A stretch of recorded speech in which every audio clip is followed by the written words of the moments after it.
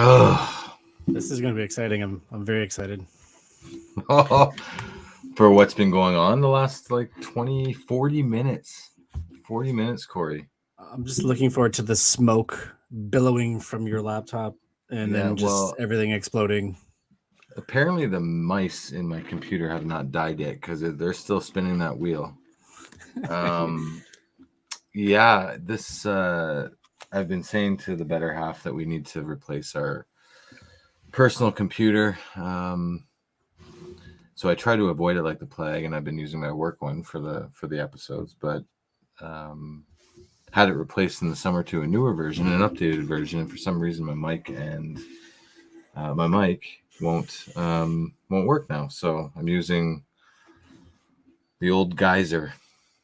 This he reminds me of the transformer that smoked the cigar that was really old and tried to fly off and take the transformers with them, but there was smoke billowing from the propellers and you didn't know if it was going to crash. The movie? Yeah, in the movie. As Jetfire. Jetfire, that's right. Yeah. And I don't like the camera because I feel like I'm right in the episode. But anyway, I'm here. All up in it. I'm here. Yeah, I got this, like I said, new chair, and it keeps sliding. So I got that going for me. For the wheels? Is that is it the wheels on it? Yeah, these damn what do they call them? Casters. They she's sliding. It makes sense. Like it's new versus the 20-year-old one that I had before.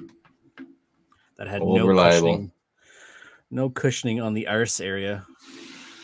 So was it uncomfortable, or was it just was it more like lumbar support that you needed the new one for? Or? No, it's all about the ass. It is. I would just be just wanted to murder somebody when we're done recording for the 2 hours sitting here.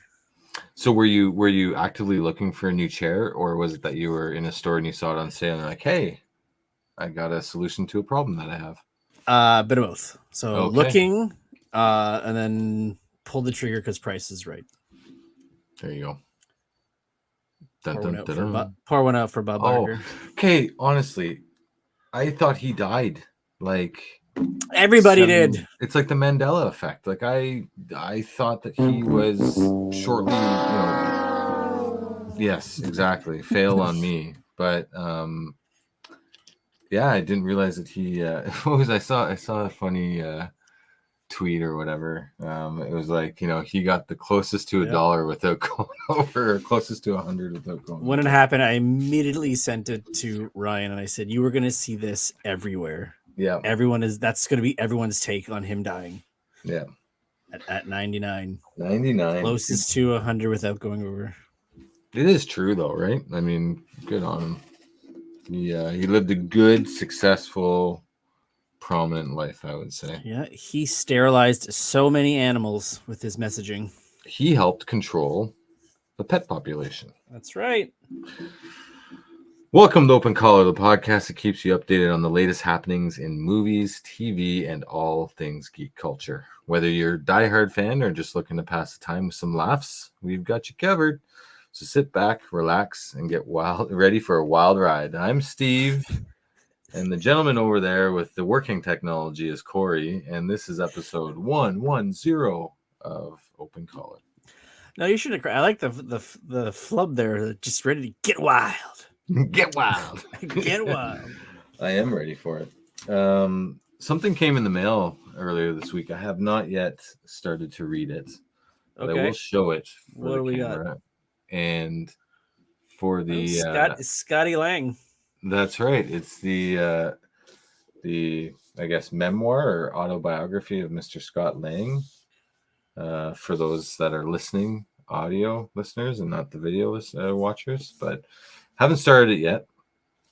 Thought I'd give it a go. But the first thing that I did immediately after opening up the package from Amazon was, if you remember in the movie, he's reading the book to kids in the library, I think it is. Yep. And he reads the last few sentences. And I was like, I wonder if that's really in the book, or is that just more for the movie? And no, for sure, it is in the book. And for the rest of you kids out there, a word of advice: look out for the little guy. make mistakes, take chances. Because if there's one thing life's taught me, there's always room to grow. That's legit in the book. So, Like, you didn't think they were gonna not have that in there, did you? I don't know. I mean, there's just, I mean, with Party. all of the things going on with Marvel, I wouldn't put it past them. But I don't know. Like, I think maybe was this purchase a result of, you know, the Kang effect, where I was like, oh yeah, so let's see Kang, and like, you know, the 24 hours that passed where I really enjoyed it, and the more I thought about it, the more I realized it was a bad movie. So I will have to do a book report on this in an upcoming episode, but yeah, we'll see. I wonder how many tie-ins, like, in character that there are. Like, I know I have, you know, the bro code from How I Met Your Mother. I had that book. I have that book somewhere. So, you know, it's in character. It's the Barney Stinson from How I Met Your Mother, Neil Patrick Harris's character. So I'm just wondering how many things that they did like that and now the Scott Lang book. Yeah, and I think to add on to your question, it's if you can't remember the tie-in, then it was a failure of a tie-in. Fair enough. Right, and I'm sure that there's a ton out there, whatever it might be, but I look at this and I'm like, was this kind of like a last minute? No, it couldn't have been last minute, but was it more towards when they were having delays and issues with the movie and release dates and whatnot, that maybe they're like, okay, let's try this as a tie-in, hoping that it will spark some interest, and I don't know if it's successful. I'd be curious to know how many copies of this were legitimately sold. I'm wondering why it took almost a year for it to come out. Why it wasn't a release like day and date with the movie. Well, that's the thing. It makes you wonder if it's because they were concerned about the success in the theaters, like if it was actually going to, you know, bode well in the box office. So trying to make some money back. But yeah, like when did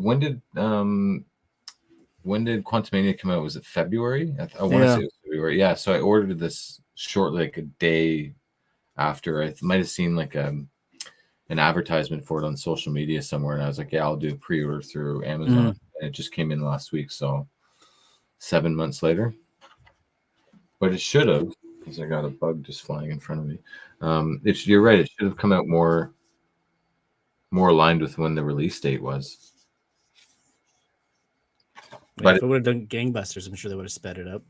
And I'm curious, like, if there would be any anything in the book that would like have foreshadowing to what's going to happen with the MCU in future phases. Now, that being said, it's so discombobulated right now that I don't think it would work out if they even tried.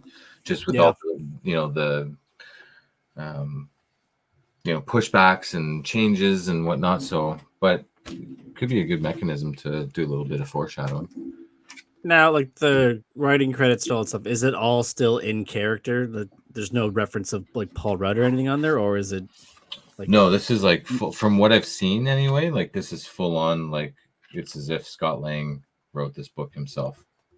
So I'm wondering if Paul Rudd actually had anything to do with it, or if it was all just like Marvel even writers. In the book, the testimonials on the jacket, you got Bruce Banner, Sam Wilson, Stephen Strange, Clint Barton, and Christine Everhart, which is his ex-girlfriend, I guess, right? Yeah. So, yeah, we'll see how it is. We'll see how it is. What's new with you? How was the week? Oh, the week was the week. Yeah. Pretty much. Yeah. Just leave it at that. Just full stop, period. Oh, yeah. That was it. Yeah, I'd say this episode's unofficially sponsored by Tums. Oh, no. Yeah. Wicked happen. Wicked happen. I don't know. Like, I used to have heartburn quite a bit in my early 20s and whatnot, and it just seemed to have gone away, but I remember it not being a pleasant experience. I don't know what the hell is going on right here as much. I should have probably put a hat on. So I'm looking all kinds of rough this evening. As rough as your technology. Honestly, and that's it. Like we're coming out. We're just getting the rust off of the off season, folks. It will get better. That's all we've got to say. It will get better. Corey will wear his hats. I'll get technology that works. Nah, I like this. I like being off the rails. It's more authentic. More fun. Yeah, it's true to life. You've been following much in the way of news this week with respect to nonsense and other nonsense. Particularly, we actually have some. Like last week, we talked about how there's going to be no shows. We're getting some shows back, not the scripted variety, but people are crossing the picket lines, and a lot of people are taking heat for it. Drew Barrymore's coming back with her talk show, and Bill Maher announced he's bringing back Real Time without his writers. So I'm curious, like, how does that work? Like for Bill Maher and Drew Barrymore, like a talk show, daytime, nighttime, regardless of the day of time or time of day that it is. Like, how does that work? Like, do they just write it themselves, which I doubt happens, or do they hire new writers? And if they do, are they basically firing the striking writers for breach of contract? So the way I've taken it from, at least from the Bill Maher's perspective, he has he has a monologue, he has an editorial piece, and his end piece. All those things are written, but the panel discussion is not. So when he comes back, he's not going to have any of his segments that would have included his writers, and he himself is a part of the guild, so he won't be writing anything. It's just going to be straight panel discussion. So I guess that's the way around it. But that's almost, one would argue, the best part of his show too, right? So yeah, because it's less his opinion, less his voice, more guests, interviewees, and stuff like that. I would say obviously the guests are an important part of his show, but like the ending monologue, like his new rules, that would be missed. But it's good. I mean, where did I see that? Was it the CEO of Netflix was gonna do his absolute best to like try and lobby for the writers in the guild to end the strike? I saw that too. I don't know if it was Netflix. It might. Then I also saw a grid somewhere that shows it was Disney. Since this has gone on, Netflix's stock price is like just jumped, like astronomical compared to the other ones. Like Disney's has fallen, and when I dug deeper into the article, they're saying like with Netflix, they get a lot of imported content, which is not WGA affected. So it's not strike affected. It's not SAG affected. Okay. So you're paying your X dollars a month. And while maybe you're not getting Stranger Things, but they're bringing in other shows from other countries, which you've never seen before. So they're still reeling in new content. So it's new. And then you also have old stuff that is over, so you can rewatch it over and over and over. So people are still able to entertain themselves with new and old, and maybe even some cases that old is new to you. Thus ushering in the next phase of streaming content online, where other platform like streaming providers will now start to go and source out shows and properties abroad to catch up to Netflix, much like they got into the race to catch up to Netflix and take away their market share. So, and this whole Warner Brothers Discovery merger you're seeing too is that they're now shopping shows that they had on HBO Max to other streamers. So basically, we've reinvented television, where studios are selling off their shows to networks. You got studios selling off their content to streamers to air, this exclusive window. Then when that's done, give it to somebody else. Mm-hmm. Just reinvented the wheel, man. For me, the litmus test though is going to be like next summer, like we talked about last week. Like next summer at the box office, it's going to be dreadful. But at least if you can get some, for me personally, anyway, like getting some TV content for the winter months when we don't go out as much is going to be key. Looking forward to that. So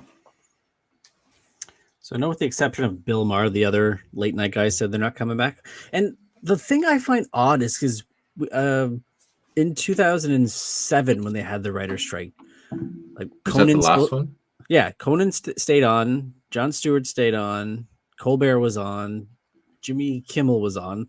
They all just did their show without writers to keep their staff afloat, like the underlying guys.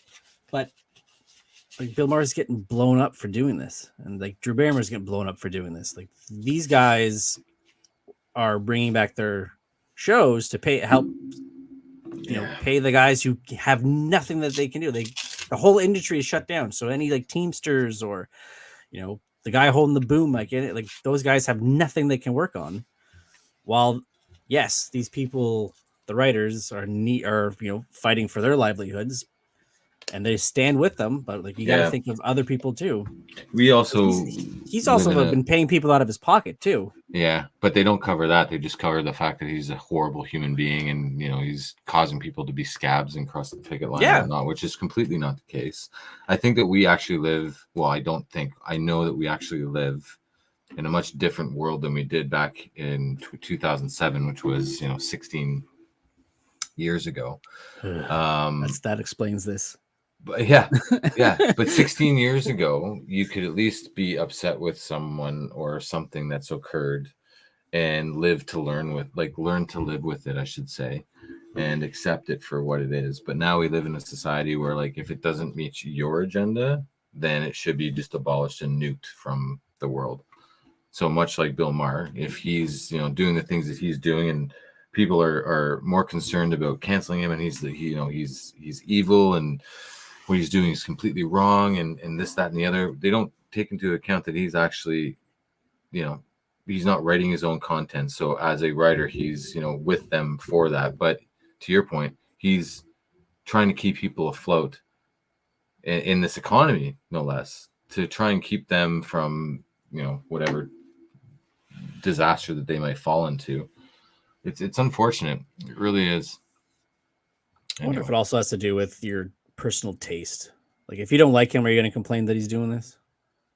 If you don't like him, then if you do like him, then yeah, exactly. If you don't like, but we don't live in a world now where if you don't like something, you don't comment on it. Right. You'll have an article about some this movie did X dollars at the box office, and someone will comment like, who the hell cares? Well, you obviously did, because you commented on the article. Mm-hmm. You read the article. You saw the title. You clicked on it. You read. You went to the bottom. You typed in your 2 cents. Exactly. It's like people in Ottawa complaining about the bus drivers. Oh my goodness! Just be happy you got a bus. Are you are your kids bussers, or are they? They are. And are you impacted? We are not. No, that's good. For now, yeah. Well, we were last year, last month of school. We didn't have a bus driver, so we drove them and picked them up. Yeah, and you compound that every by day. How many students, and it's it just, unfortunate as it is, it just seems that maybe it's because I'm so focused on it now that I'm older and I'm paying more attention to what's going on in the news. I don't know, but it seems more and more these days that it's always something. Mm-hmm. Teachers need new contracts. Bus drivers need fair wages. Like, it's just industry after industry after industry. It's just like, you're kind of shedding the light on the fact that there are issues within an industry, and it just seems like it's just nonstop, right? It's you got the actors on strike, writers on strike, auto workers on strike, and now here we're gonna have teachers, possibly, depending on the nurses, bus drivers are quitting. Like, it's just everything. I'm not on strike though. I'm here. No, our strike's over. Night. We got a better deal with. That's right. Exactly. Spotify over the past few months. They're still not paying us. Come on now. Let's go. I don't like. See, this is another reason why I don't like this laptop. I feel like the camera is like right on my face, and normally I'd be able to get to see my display. But all right, you can see Galactus. Yeah, that's true. I need to switch him around. I get in these phases where I need to go and just move some figures around. So I think my next objective will be that top shelf there, and that's my cosmic shelf. Oh, okay. And you got them all sorted and arranged. Yeah. Exactly. So you sent something to me earlier this week, Mhm. and you wanted to address. It had to do with Chris Farley. Yeah. Original voice of Shrek. Yeah. So you have that info in front of you? No? Say that Yes, again. yes. It says, do you have that still in front of you? I do. I'm pulling it up as we speak, but yes, I remember vividly. Because you had a question or an Yeah. idea. Yeah, the idea was like this. So when did Shrek come out? Shrek came out in what, 1999, I want to say.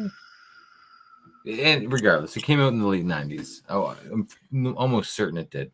But something came across one of my social media feeds, and it struck me as very interesting, where it was Chris Farley was initially cast as Shrek, and he managed It's to 2001. record.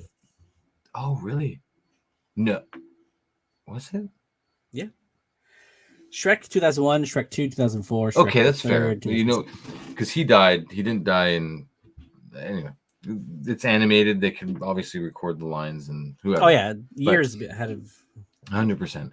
So Chris Farley had managed to record 85% of his lines for Shrek before his ultimate, death and whatnot. And he died in 1997. And there was actually footage of him talking with Donkey. Is that the donkey's name? Donkey? Yep. So Very it got me thinking,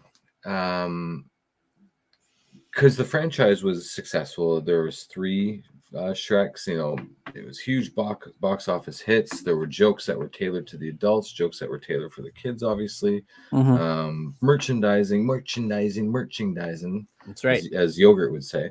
But it got me thinking that, like, would the franchise have been as successful with Farley, if he didn't pass away and took it on? And so I guess that would be the first question. So it might be hard to think about when you only have like a minute or 2 or 90 seconds. I'm not sure if we can pull it up. We might get cease and desist if we did that. But for the good listener and the good viewer out there, like you can Google it and you're able to find it, and it's a good solid clip of Chris Farley doing his voiceover.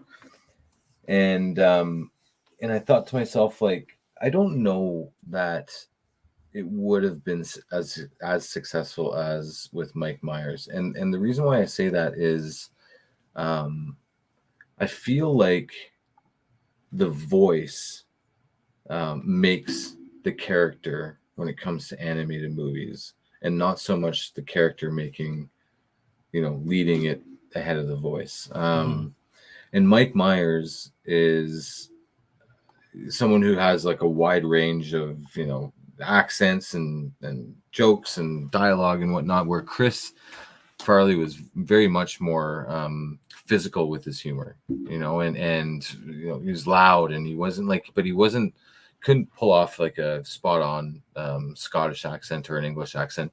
Having said that, really quickly, he did do pretty great in one of the best SNL skits of all time. I forget the name, but it was the English toothpaste skit where they were brushing their teeth with like pure sugar, and it was a bunch of English people with brown teeth. So it was quite funny. Okay, you ready for some Shrek? Sure. All right. So let's see here. She's sure taking her sweet time. Nothing like a fire and a noble romantic mission to warm the cockles of your heart. Yeah. I like my cockles room temperature, thank you very much. Hey, if you're not doing this for cockle warming, why are you doing it? Simple. Fartwad gets his princess, I get what I want. Which is? Now, come on, what do you want? I don't have time to set it to music. Oh, this is another one of those onion things. No, this is one of those drop it and leave me alone things. Well, why don't you want to talk about it? Why do you want to talk about it? Why are you answering the question with a question? Why are you asking questions I don't want to answer? Why are you blocking? I'm not blocking. Then why do you have problems expressing your wants? I don't. I want you to shut up. See? No problem. You're just displacing your anger. Believe me, it's... So it's pretty much like Tommy Boy with Eddie Murphy instead of David Spade. yeah, in that clip that you just showed, like to me, the funniest part of that clip was when they were like quickly bantering back and forth. But when Chris Farley was just saying his lines, cooking, whatever it was that he was cooking, I couldn't buy it. But I struggle with less like animated, right? and I struggle with like, is it because we know who Shrek is and 3 movies worth and a decade worth of it just being in the zeitgeist of our minds? But for me personally, it just goes back to the fact that like Chris Farley was a tremendously talented individual, but a talented individual more physically and more lively as opposed to animated. Yeah, he was more animated than his voice was. Yes, exactly, 100%. Yeah. So who the original idea, what original offer went to for Shrek? No, yeah, sure, yeah, I don't know. No, I don't want to know. Really? Nicolas Cage. Yeah. He was initially offered it, but he turned it down because he did not want to look like an ogre. I don't know if he understands that it's animated, but that's our Nick Cage for you. Which, I mean, good on Mike Myers, because I mean that I don't know if that was what ushered in that decade-long. Well, it was. That was his ask, was to do that voice. Yeah. He says, can I re-record these? He did it, and said, can I re-record these with this accent? And rest is. But he had 3 movies of three tremendously successful movies, and then he also had the Austin Powers franchise. So there was that period in time where he was the guy, right? Mm-hmm. He was the comedic person in Hollywood. Nick Cage I wouldn't even buy for a minute. Chris Farley, like I said, I only believed it when they were having that quick back and forth banter, but just speaking, no. So I was thinking, like, what are some other actors that turned down roles and like would it have had the same impact? And like one that comes to mind was Billy Crystal turned down the role for Buzz Lightyear. Eventually, as we know, went to Tim Allen. On that one, I'm kind of impartial. So you think if he would have got Buzz, he wouldn't have done Mike Wazowski? Yeah. What's Mike Wazowski? From Monsters, Inc. Potentially. Yeah, potentially. But I mean, that one was good. Like, I mean, I think Tim Allen did a great job. And coincidentally, from Monsters, Inc., John Goodman was offered that role, which I think went to Billy Crystal. So things going full circle. But again, like, that's my whole point, is that it goes back to the voice. The voice is what makes the character. It's not the character that makes it successful, Yeah, because and the other thing too with DreamWorks, they were like, all their movies seem to just focus more on like stunt casting of A-listers versus the vocal performances. Like almost all their movies, they advertised who's in it rather than the story itself. You never really got that with Pixar. Yeah, that's a good point. You think that had to do with like just the cash flow that they had to offer these A-listers to come and do the movies? Maybe. Or like I don't know if it's just because like that's kind of been Disney's way since the dawn of time, like never really crediting their voice actors, even all way back in Snow White.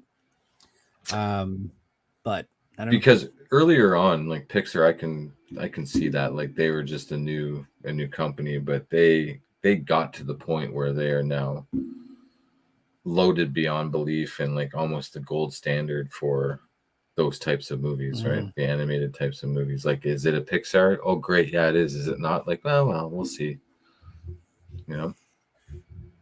So then you have to ask, would The Matrix have been the same with Will Smith instead of Keanu Reeves? No, would be completely different. I can't have Fresh Prince fighting the machines. Are you kidding me? Unless he dribbles and layups and rap battles, freestyles. I think the easiest one to pull off here is Tom Cruise or Robert Downey Jr. for Iron Man. Yeah, but you know what? Like back in the 90s, like I remember buying Wizard magazine monthly, and they would always have. It was almost my favorite part of. This is like when the internet was fairly new, and even before the internet was around. This was my favorite part of the magazine. Was it was casting calls, and they would just have this random property, DC, Dark Horse, Image, Marvel, what have you, independent.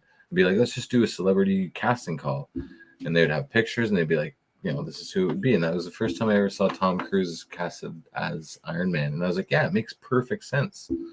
So back then it would have been fine, but I think Robert Downey now obviously owns that. I guess role. the thing is, could you see Tom Cruise playing Robert Downey Jr.?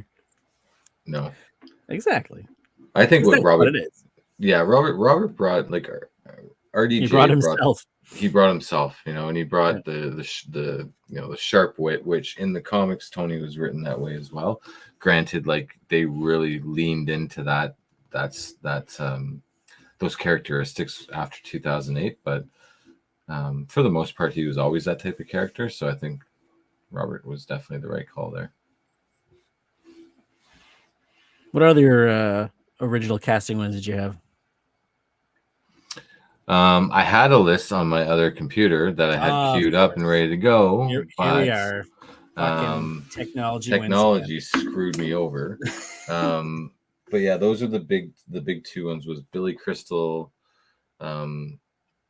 instead. Oh, what if we had Jim Cameron did his Spider-Man with Leo as Peter Parker and Arnold as Dr. Octavius?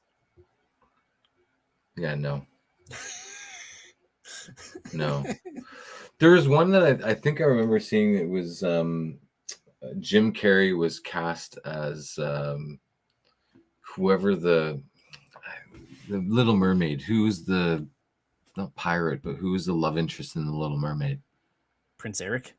Prince Eric. So he was almost cast as Prince Eric, but then this was before In Living Color, and then he took the In Living Color gig, and I don't know who voiced Prince Eric. It's the problem with Two Boys is you don't really watch a lot of Disney movies, right? It was the OG, well, not OG, the 94 Spider-Man. Greg Brady from the Brady Bunch movie. His name always escapes me. Christopher something. Really? Yeah, that's Prince Eric. Anyway, I got moviehole.net has some 50 what would have been original casting choices. I won't read all of them, but The Terminator, Sly instead of Arnold. No. Hunt for Red October, Kevin Costner as Jack Ryan, No. which we know went to Alec Baldwin. Oh. 1990s Kevin Costner. Yeah. Yeah. Okay. Yeah. I'll buy that. I'd buy that. I'd put a few shillings down on that. Skipping ahead here. Pete Maverick Mitchell, Matthew Modine. No. No.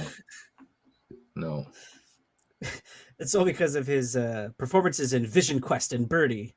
I've never heard of those. No, and actually Matthew Modine was in a really, really good movie, and it was about Ian McLennan was in it as well, and it was about the AIDS epidemic and like them discovering the disease and like, you know, trying to contain it and trying to figure out what it is. I can't remember what it's called, but it was a really, really good movie. But that's the only good thing I've seen from Matthew Modine. In 96, they were going to do Scooby-Doo. They wanted Jim Carrey for Shaggy. Yeah. Going backwards, 1972's Godfather, Burt Reynolds as Sonny Corleone. I don't know. Jimmy Collin rocked that role, man. Yeah, because you can't take Burt Reynolds seriously, or you can't take him for anything other than like Is a it hillbilly. because of Norm Macdonald's performance on Celebrity Jeopardy? No, yes, a little bit, If you're honest, but it's also like Smokey and the Bandit. Like now, question would be, was Smokey and the Bandit after Godfather or if it was before? Not that I'm expecting the answer now, but that would be something. If he had taken that role instead of Smokey and the Bandit, maybe he was never going to be Smokey and the Bandit, and this would be all moot point. But Smokey and the Bandit came out in 1977. Okay. That was 5 years after The Godfather. Yeah. 72. Jesus.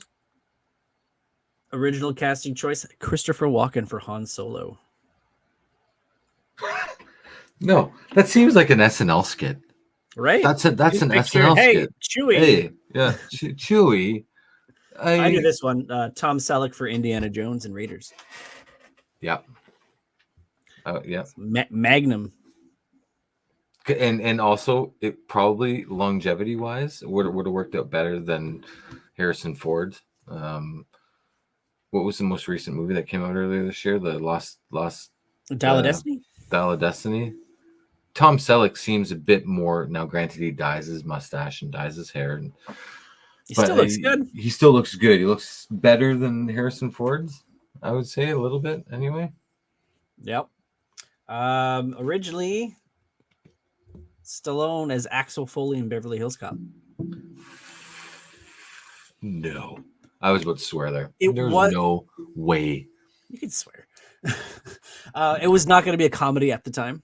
It was going to be like a more action cop movie. No, absolutely not. Absolutely not. Like that movie. It was fantastic. Well, amazing, and we should do a review of it. But that movie gets you in like the opening credit scene, specifically when Axel isn't riding in the back of the 18-wheeler and he's holding onto the door and he swings out and he swings back in, like, and you got the Pointer Sisters playing in the background, like that just sets the entire tone for the movie, and for it to be a serious movie. Like there were some serious parts in Beverly Hills Cop, right? Like, you know, but for the whole movie to be serious, no. And Sylvester Stallone, no. A lot of Stallone. This is a Stallone heavy list here. So it really is. Like, you know, and it kind of, you know, it harkens to like the old, you know, you had those like 4 or 5 guys in the 80s and the 70s and then the 90s that were like your staple action actors, right? Like if it wasn't one of like Van Damme, Sylvester, you know, Arnie, then the movie would be a dud. All right. Speaking of which, this was originally conceived as a sequel to Commando. Arnold Schwarzenegger as John McClane in Die Hard. Wait, Die Hard was originally conceived as a originally written as a sequel to Commando, with Arnold expected to reprise his role, though it was ultimately decided that the project should lose all ties to the 1985 actioner to be a standalone actioner, but the studio still wanted Schwarzenegger to headline it. Hold on, though. In Commando, which is a phenomenal movie, he was separated from his wife in that movie. Mm-hmm. It was just him and his daughter. Whereas in Die Hard, he separated from his wife. But they were kind of still somewhat like close. They were separated proximity to her job. They were recently separated. His job, yes. Whereas like in Commando. Yeah, like she got a job in LA. He didn't think, like it's literally said, like he didn't think it was going to work out, so he kept his job in New York. And it worked out for her, so they separated because I'm a New York copper. Walking the beat. Mel Gibson is Harvey Dent in Batman Forever. Yes. Yeah. These ones we all knew that. Warren Beatty was original choice for Bill in Kill Bill instead of David Carradine. John Belushi's Peter Venkman in Ghostbusters. That's a good thing that didn't work out. I think Bill Murray was better. Yeah. Well, like imagine it all worked out as conceived by Dan Aykroyd with him as Ray, John as Peter, Eddie as Winston Zeddemore, and Harold Ramis as Egon. If that would have played just like how that was, how a completely different movie that would be. Yeah. This one I didn't know. Eddie Murphy as the Candyman. I don't know if that would have been a the in Candyman. No, Yeah. absolutely not. There's no way. No, that's a fail. Because the Candyman, I've It's only Tony Todd. now. You'll be surprised to know that I actually did watch the Candyman. For those longtime listeners that know a thing or two about us, I don't like horror movies, but the Candyman, the Candyman was actually a movie that I did see, and Tony Todd, Virginia Madsen. there's no way that Eddie Murphy even holds a candle to who was Tony Todd. What else was he in? He's like the voice of every bad guy ever. Yeah, he's got that deep, he's tall and Yeah. but you can't have like Goony Goo Goo. Like, yeah, like, I'm going to get a Goony Goo Goo, Gus. Yeah, no. You watched Delirious or Raw like recently? Not recently, but I've Within the last 5 years. Yes, 100%. And it's hard. It's hard to laugh. It's like it's easy to laugh, but it's hard to go like this would not work at all today. No, you know what? It's it definitely wouldn't.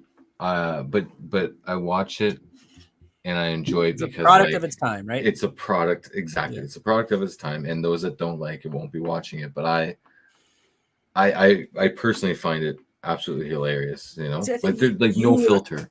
Yeah, you and I could agree here with stand-up comedy. Everybody in the room is there to have a good time. Everybody is in on it. Whether you are of this group or that group, you know what you're going to get and you're there for it. If you bought your ticket. Yeah, if you got ridiculed, well, he got me and you move on. Yeah. Unlike everything else. But like that's what I miss about comedy now. Is that nobody's there for the joke. Everybody is there to be offended, really. Yeah. And they there for there for the reaction, right? Yeah. But you can even like when was the last time you watched Raw or Delirious? It's probably within the last 5 years. Yeah. Like Delirious is like it's Delirious and then it's Raw. Raw pulls a lot from Delirious, but like that Delirious was like groundbreaking, really. Like you had in the 80s groundbreaking, but like you had Richard Pryor before that was groundbreaking and Eddie drew a lot of influence from Richard. But then you even had like in the 90s Jamie Foxx. There was one stand-up, it was called Jamie Foxx in the Foxhole, drew a lot of inspiration from Delirious and from Raw, and that was the 90s version. And now he's gone on to be a pretty successful Oscar award-winning actor. But that stand-up would never have been made today if he had tried. So anyway. Hey, we're halfway there. Batman Returns, Annette Bening as Catwoman versus Michelle Pfeiffer. Dougray Scott as Wolverine. So hold on, go back to the last one. Like Annette Bening, yes. In Batman Returns. So are we assuming that this is a recast, or are we assuming that Annette Bening? She was the original choice, but I think she got pregnant and had to be replaced. Yeah. I find it hard for those ones like that are that long ago, because I think of Annette Bening now, right? Like, and I'm like, oh, there's no way. But then I'm like, oh no, this was 30 some odd years ago. Yeah, hot off years ago. Whatever she was doing, and then Grifters, what was it? Yeah. Then she got pregnant, and then thankfully the Fabulous Baker Boys came out, and boom, Michelle Pfeiffer. And I think another thing for myself too is like the question that I need to ask myself when you rhyme these off is, do I know of another role that character that almost took the role? Did they have a similar role that I can like refer to? And I don't, some of these are tough, like especially if you have like Catwoman's one thing, but like Tim Burton, like very specific aesthetic and look and feel and stuff. Yeah, so it's hard to find the comparison. Skip ahead to get some more. Tom Cruise is Neo, not Keanu. Too short. Like he's too short. I mean, I don't know if that's offensive, but it's true. Everything's offensive. But no, he's just like he's just too short. I don't know if I can even justify that, but no. Okay, here's I'm one gonna go that's with too no. short. Tim Burton also considered Michael J. Fox for Bruce Wayne, What? as well as Robin, but No. Like too no. short. But you know what though? Mike J. Fox would have been probably an amazing Robin if they had done the movie like Batman '89. If they had Robin in that movie, Well, they're gonna have Robin in the second one when it was right? Batman 2. But though it sounded like they were going with Marlon Wayans for Dick Grayson. No, I think Michael J. Fox would have been an amazing cast. Anyway, But speaking of Marty J. Fly, combine both of them there. yes, you Marty did. McFly. Johnny Depp is Marty McFly. I know we had. Well, that's right. That's like the most famous one right there, right? It was Eric Stoltz was in the role filming before they got turfed. Right. Yes. Johnny Depp, no. No, it Because will he was forever like be- he was a bit too cool for school, whereas like Marty still kind of hovered in between. But Johnny Depp was like the bad boy smoking darts. But this He was like, before 21 Jump Street. This is right after Nightmare on Elm Street. oh, okay. Okay, that changes things. But again, like, can I separate what I know now to what was back then? Because what I know now is he's a bit eccentric and always has been eccentric. Where Yeah. I don't know if it would have Well, even if you complemented don't the look at movie. him from the perspective of 21 Jump Street, just knowing, I would say he was probably would have been closer to what we would have got with Eric Stoltz. Which is, again, still complete opposite of what Michael J. Fox brings to the table. There was one that I remember was Pirates of the Caribbean was written for Hugh Jackman instead of Johnny Depp. That's odd. What's your take on that?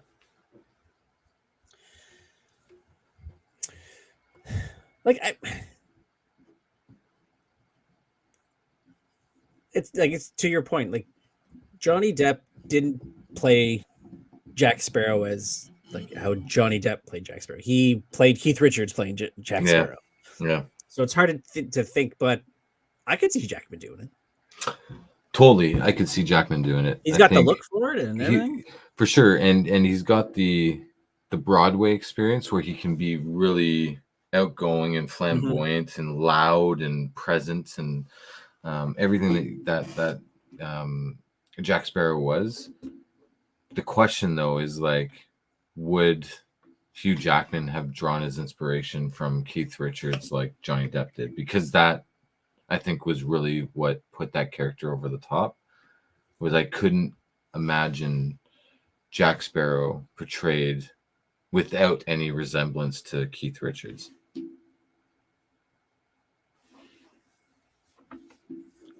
And my list here stopped at 25. Why would you name it 50? Well, because there's two people per. Oh, maybe. I got another one here. Tom Hanks and Jerry Maguire. No, he's too wholesome. Right? Yeah, he's too wholesome. It's one of my favorite movies of all time, and I could watch that movie like regularly. I would watch it, almost weekly. It's like the best. It's the best sports movie that's not really about sports. Mm-hmm. So good. It really is so good. There was a moment. I would have given him. I would given Tom Cruise the Oscar over Cuba Gooding. Because really, all Cuba did was just yell.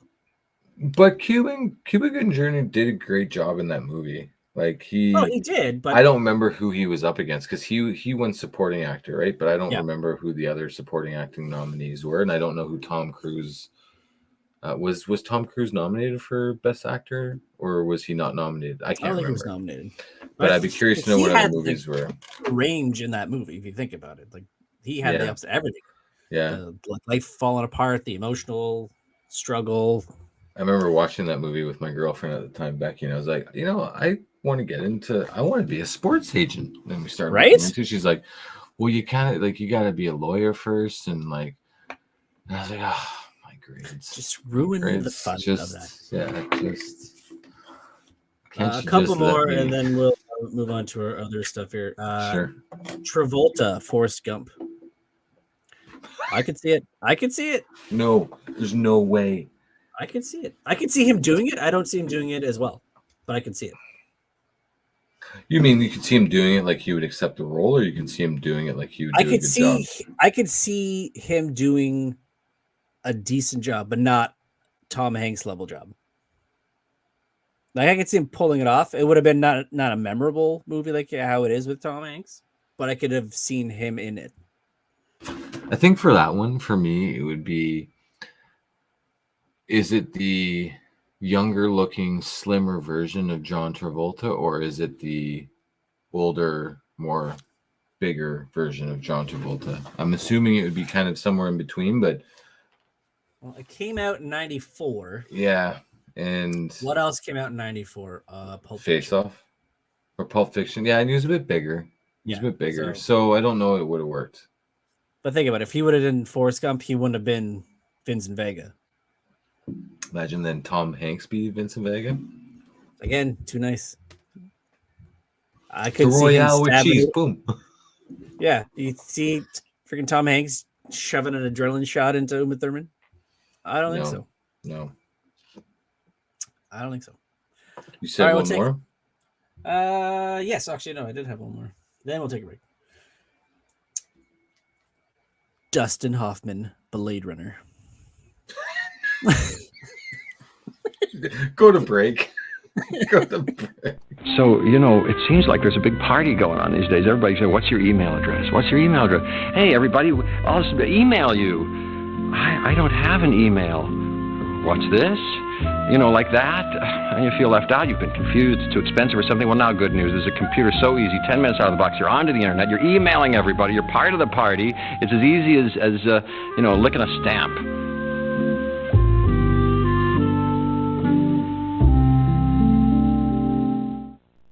Oh, Goldblum.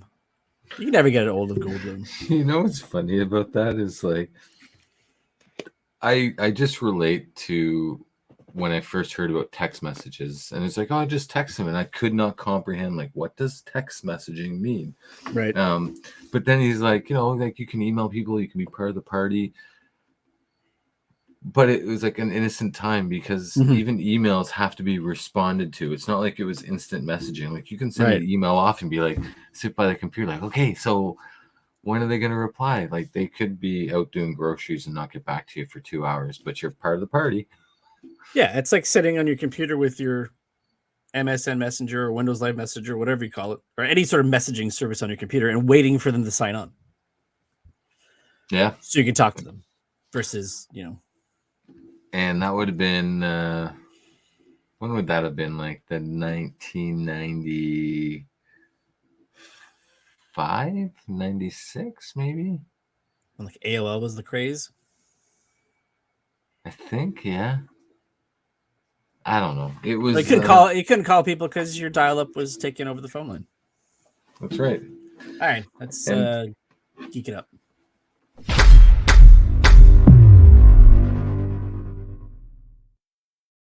Steve, something dropped. I don't know if you saw it. I did. I didn't. So I'm gonna, with you here, let's see what this is about. Of course, we're talking about Aquaman. Let's do it. 4 years ago, I was basically unemployed. A wanderer with no home. But now, I'm a husband and a father. And I wouldn't have it any other way. I don't know how you did it, Pops. My job was a little less stressful than yours.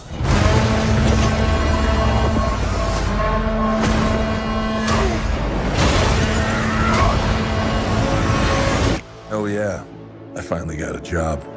I'm the king of Atlantis. 500 million people from every known species in the sea call this place home. But that doesn't mean they all like me. I'm gonna kill Aquaman and destroy everything he holds dear. I'm gonna murder his family and burn his kingdom to ash. He must be stopped, or a global meltdown is imminent.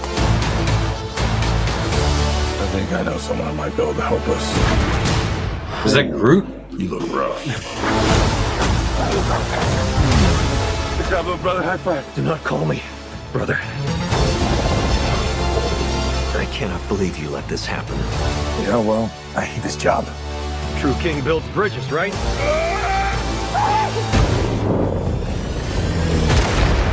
True king builds bridges.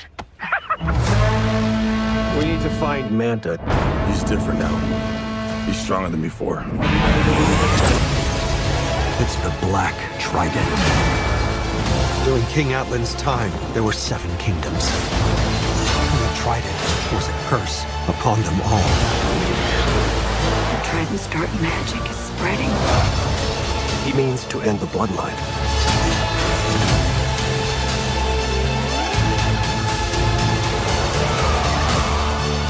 I don't know what lies ahead, but we can't leave our children in a world without hope.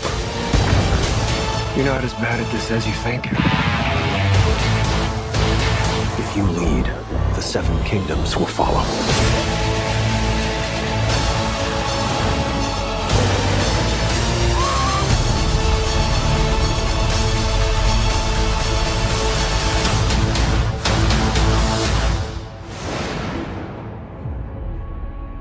It's very I do like at the end that they do show the trades for some stories. the thing that I cut off. Yeah, but I like that. That's good. Go ahead. I said it looks very colorful, considering it's like, you know, in the depths of the ocean. Yeah, that's one good thing for sure. I mean, how are we expected to get interested when we don't even know where in the whole new gunverse or like the new plan, like where it all fits in? And you know, I was watching it and it's like there's certain parts that are like him acting like he was drunk at the end of Flash with his brother, but then there's other parts where he's very stoic and very serious, and it's just a very wide range. And Right. I think they're leaning like that could be almost a detriment to it, where it's so wide, where you have those very stoic moments and those very lucid, funny moments where you kind of like, well, who is Arthur Curry? And a lot of things that they drew off of the first one. Now I've only seen the first one once, and it was like 6 months after it came out. So when did it come out? 2017, 2018? Something like that. Yeah. But they're going back to the house and they're, you know, I don't know. I don't know about this movie. And I think to partially no fault of the director in the movie, it's almost destined to be a dud because it's just almost like a throwaway movie. Mm-hmm. Well, I mean, I've seen it Nuns. The first one. You haven't seen it, yeah. Well, and like, and sorry, and the last thing I'll say, like Ocean Master coming back, like Ocean Master in the comics, spoiler alert, like is a villain. And are they going to try and make him be the Loki of the DCEU? And I was going to say that. That's exactly how this movie looks. And- This looks just like Dark World. Yeah.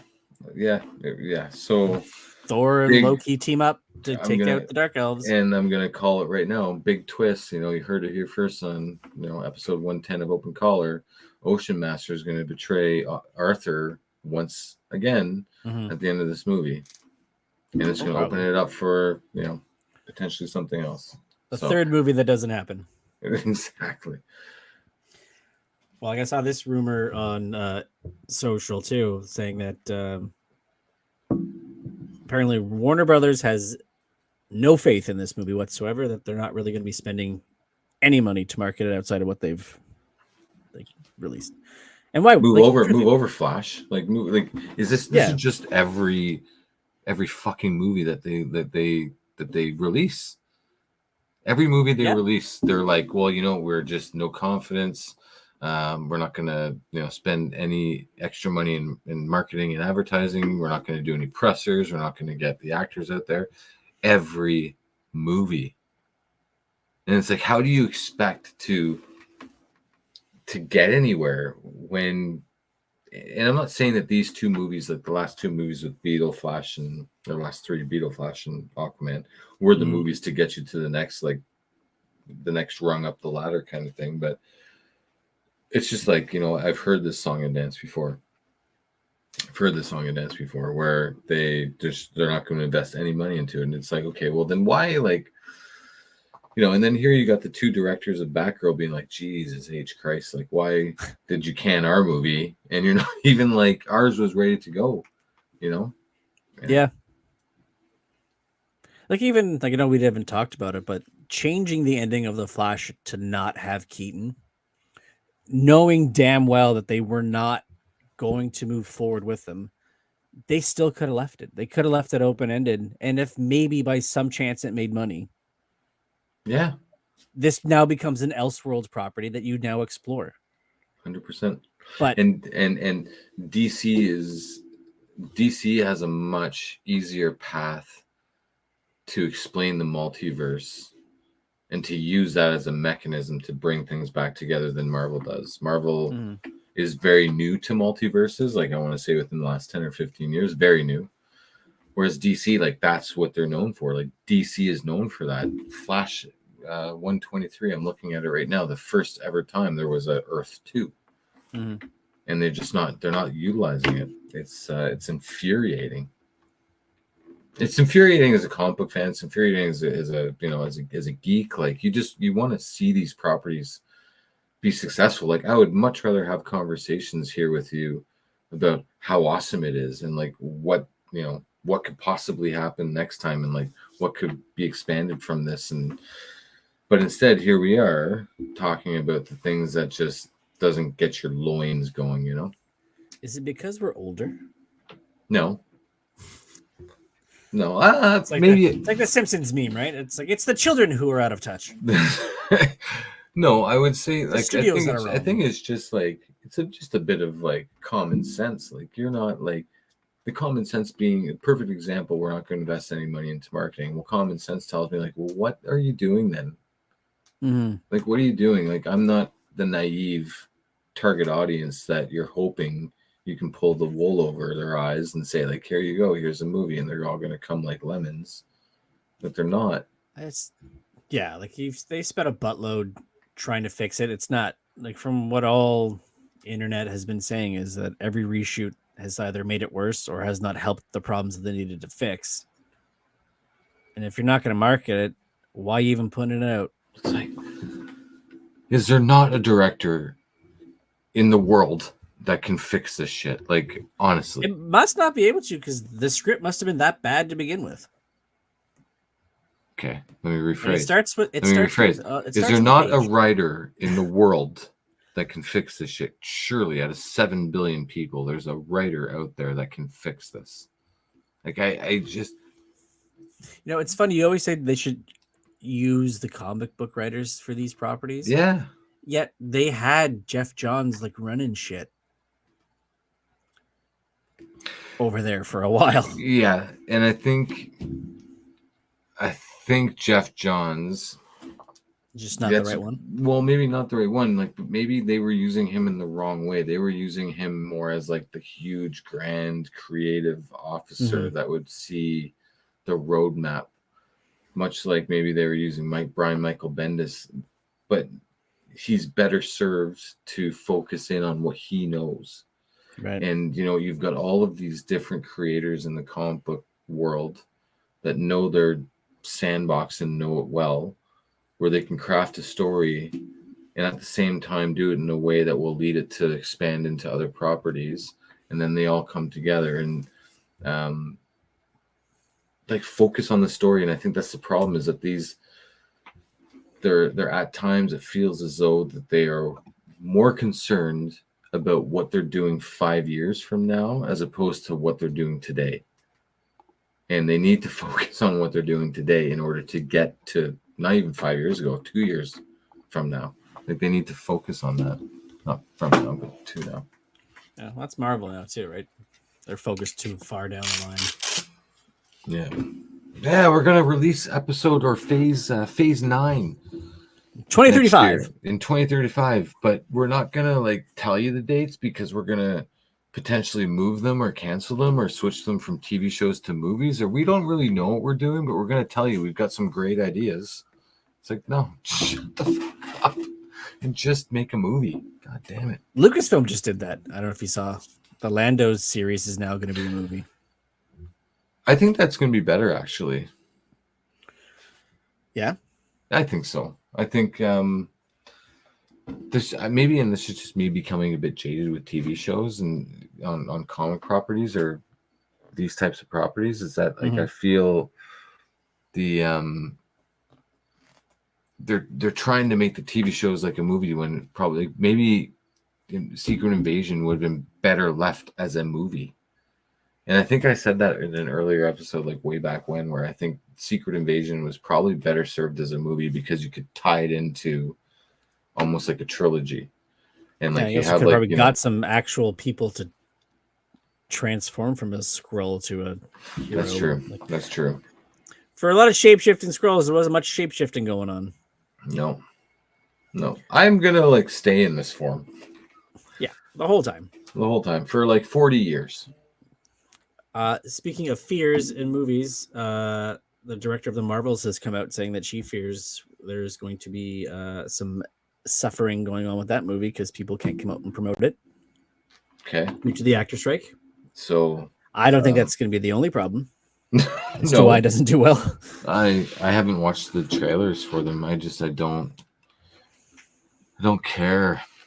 You know, and it's not because it's like an all female lead. Like it's no, like if anything, I'd love for it to succeed, but there's nothing that gives me confidence to watch it. So, but you know, maybe this is just like pandering. Maybe she's just pandering, trying to be like, oh, this is the reason why, like kind of getting ahead of it, right? Like get ahead of the game, yeah. Yeah. I'm like sure box office tracking is not high on it either. Just again, because of how everything's been let down up to this point. And it's a sequel, yes, to a movie that made $1 billion, but what is this movie's goal? Like, where is it going to take us? We don't know because they haven't been helping us so far. No one knows. No one knows. And that was a problem. That was a good thing, right? You were given breadcrumbs to see where things were progressing. We've got we're basically, Corey, we are in the forest. Yeah. Lost. Right. Looking for breadcrumbs. God knows what's going to eat us. We're going to, have to sleep in the forest without any, it's just mayhem. It's absolute mayhem. Just chaos incarnate. Chaos. We're basically like the Blair Witch Project, where we're just speaking into it. Like we're just scared and sniffling and don't know where to go. Yay, fanboys. This is our life. First world problems, right? That's right. 100%. Yeah. Well, speaking of fanboys, I got some more fan questions. We can answer some more questions. Yes. Boom. Number 1, how do you feel about different comics resetting storylines? So I guess like New 52, that kind of stuff. You want me to go first? You go ahead. All right. I don't mind it because it lets people get on board at the start and know when to start. Yeah. And yeah, that's because Stan Lee always said with the recaps, every comic someone's first comic, but if you're gonna start at number 1, it's the easiest way to go. I like it if it's done right, and I feel which one hasn't been done right. I don't know. You can go moderate if you want. If it's not necessarily like a storyline per se, but what I'm finding in the comics and what's really annoying me as a comic book reader, and it's gotten so annoying to the point where I don't know if I want to read comics anymore if it's because of this, where Okay. every single property, has a family. So you went from like Superman being like Superman to now he's got literally like 4 or 5 sons. He's got a clone of himself. He's got someone from a different universe. He's got, the Eradicator that's come back. He's got Steel. He's literally got a family of like 9 or 10 Supermen. So it's not Superman anymore. It's Superman, and they're trying, like, every single one is like trying to appease a different a different lifestyle, I guess you could say. Okay. And it's also like Wonder Woman now has a kid. Flash, not Barry Allen, Wally West now has 2 kids, pregnant again.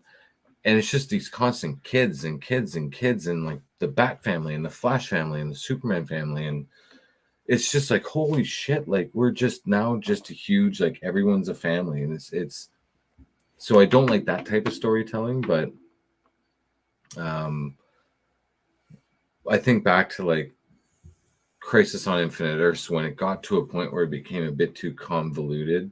They had no choice but to reset everything. Right. And kind of level set. So I hope that in like the next 10 years or so that they might do something similar, because it's honestly just getting to a point now where you just have like, I don't need 15 Flashes. I just need 1 or 2. I don't need, like, Spider-Man now has Spider-Boy. I don't know if you saw that, but it's like, it's just it's a lot. Like first we just had Peter Parker, then Ben Reilly, but now and like now how many different Spider Women? Well, now there's Miles, and now there's all the women, and now there's Spider Boy is the newest one. So there was a recent story with Spider-Man where there was this. So there's the web of the spiders or whatever, and then this adverse spider or whatever was trying to take away from the web, and like it erased some of the spiders from existence, and then something happened that brought them all back. But when all of them were brought back, like Jessica Drew and Peter Parker and whatnot, this Spider Boy came back and was like, oh, I'm back to where I was, but nobody remembers who he is, and so now it's the story. And it's like, this is such a weak way to introduce a character. And now you've got like Spider-Man with like Peter Parker's now got like 15 sidekicks. So anyway, long answer to that question. Number 2, have you ever been reading a comic and been very surprised about where they went? Oh, yeah. 100 times. Can I think of one right now? No.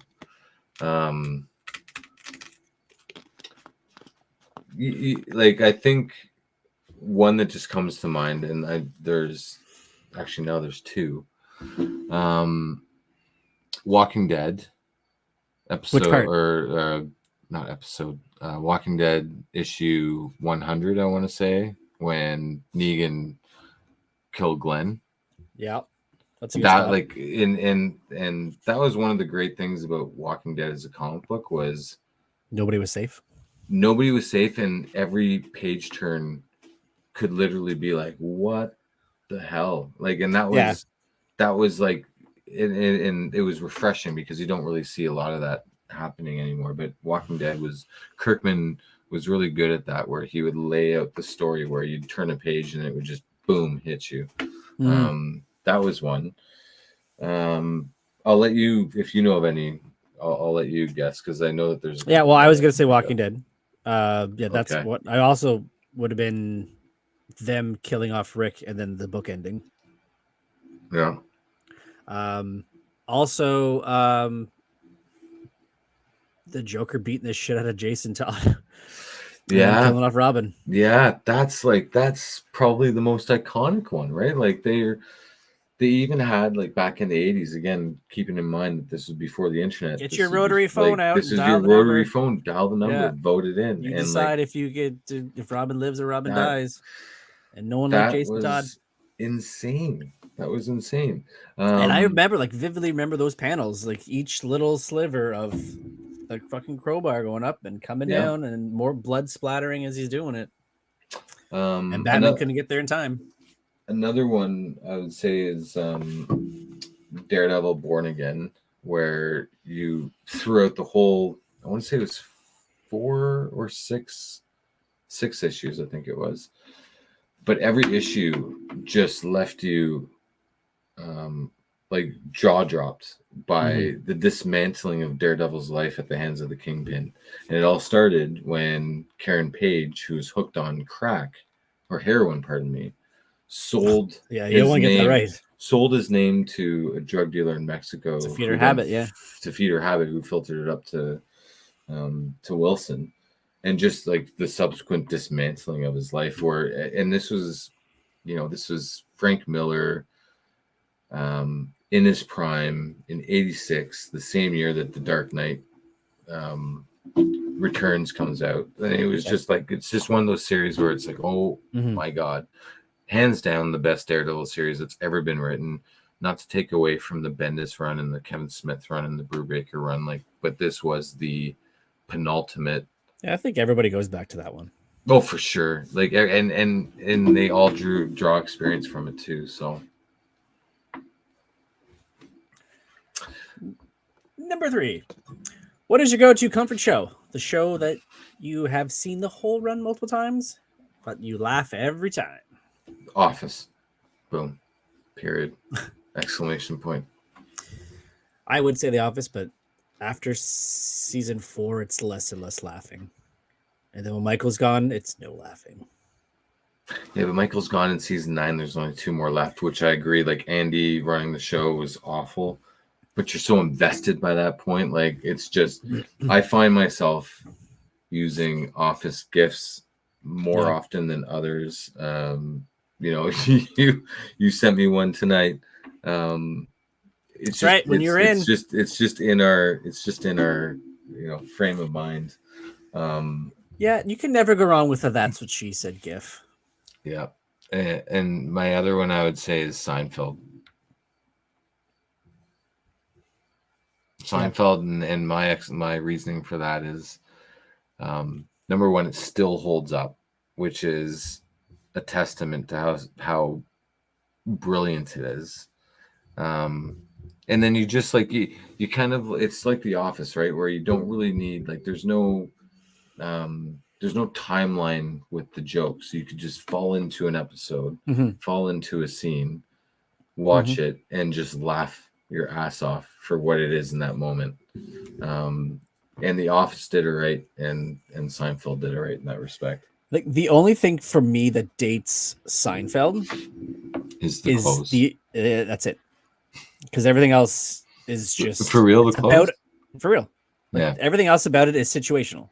Yeah. And you can place a situation like that, like, all the time. Like, maybe not say a soup Nazi all the time. Yeah. But just like, like people who annoy you like that, having someone that you like live in your building that you don't necessarily like, friends of people you don't like. There was one Instagram or whatever that came up, and it was an old Seinfeld episode, and it was the taking reservation. It's like, you're good at taking the reservation, but holding the reservation is like, that's what you need to do. It's, you got to hold the reservation. Yeah. So it's so good. When I worked for the city of Ottawa, we had to do like customer service training and stuff, and that they use that whole scene as like part of like the instructional video of like good customer service and bad customer service. Like, what is this example of? Really? Like, well, yeah. That's amazing. I've heard, yeah. Pick up his car that was reserved and there's no cars left. For me, you're good at taking the reservation. Yeah. So much holding. Yeah. You want the insurance? Oh, you better give me the insurance. That's right. Yeah, because he's just gonna beat the crap out of that car. Cheers is one that I could watch over and over and have a good time with. Same with Community. I never got into same thing. Community. As the show goes on, it's less and less like The Office, but there's that window. There's that window where it's peak comedy. Went for 6 seasons, but it's those 3. Part of is where it's just prime. You can see the crescendo. Yeah. You're going up the roller coaster and you're about to go over. And then just and we have one more. This one's a bit of a book. Do you think TV shows can successfully have a main character leave a show and have the show go on, or should they cancel shows like Steve Carell leaving The Office or Charlie Sheen in 2.5 Men? I guess another one would be like Zach Braff leaving in Scrubs.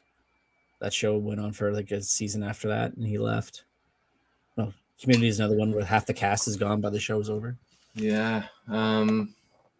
The writer, the person that sent us that question mentioned The Office, and that's the one that I think of, and we just talked about it a moment ago. Yeah, because we just talked about it.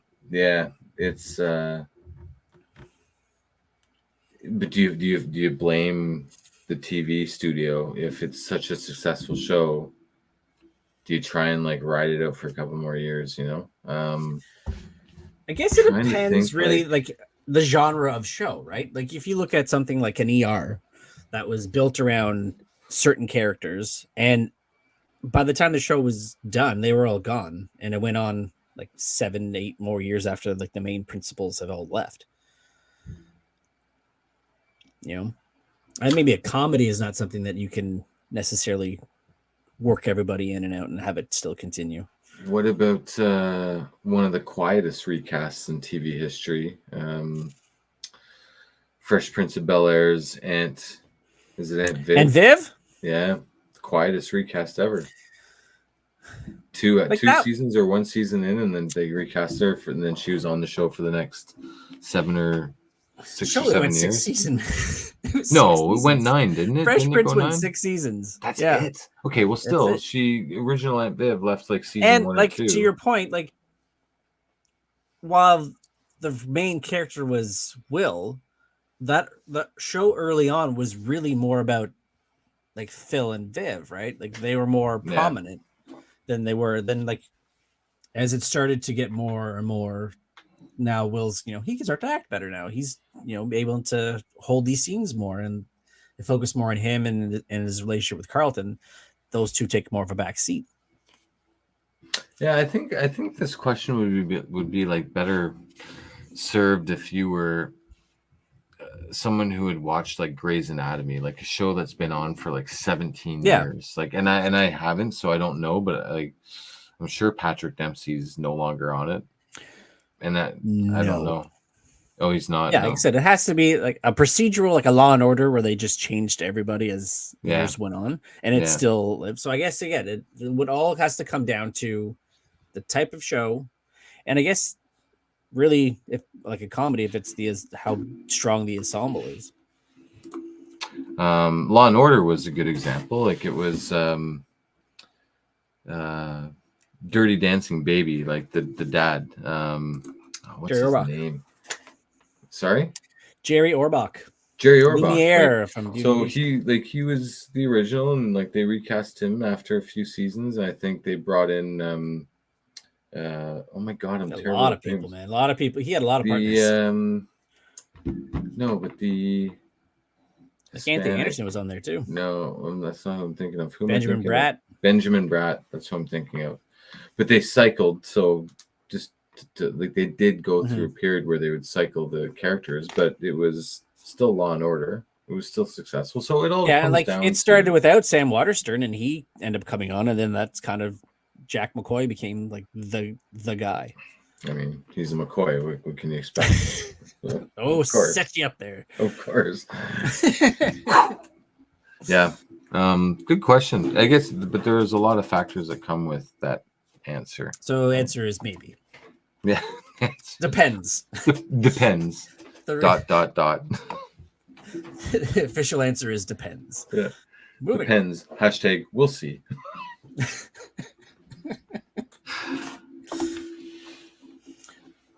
Yeah, that's our this week's fan questions. Thank you for submitting those. Keep them coming.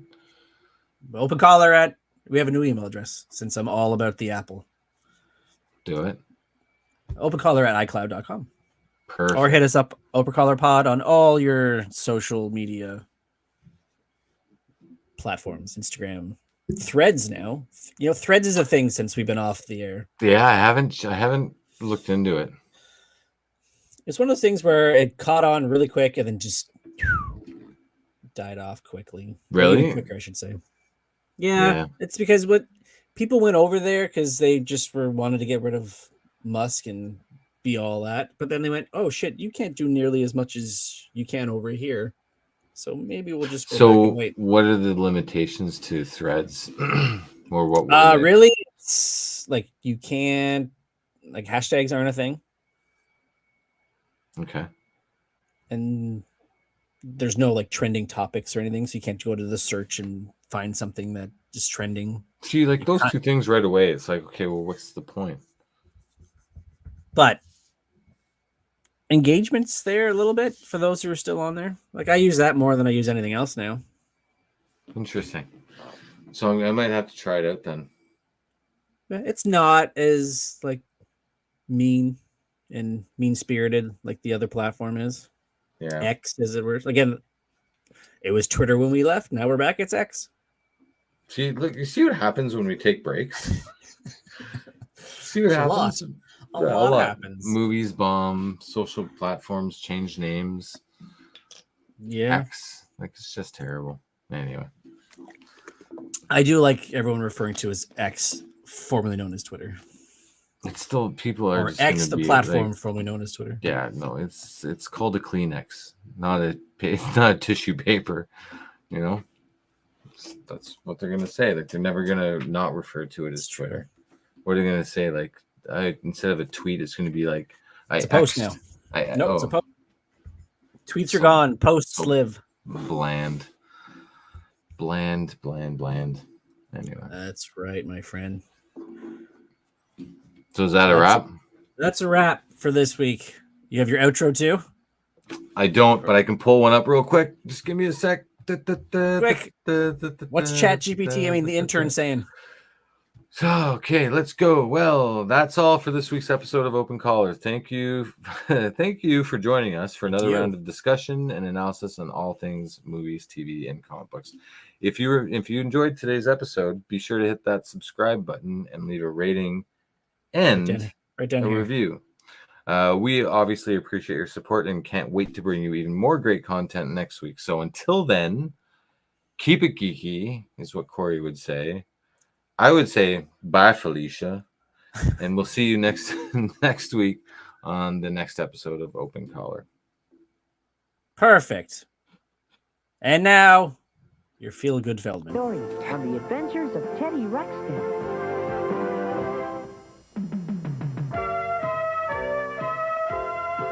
I'm Teddy Ruxpin, and the official spokesbearer for the National Center for Missing and Exploited Children. Now meet a friend of mine with some good advice. Thanks, Teddy. I have a friend who wanted to run away, so I told him that it's dangerous for a kid to be out on his own.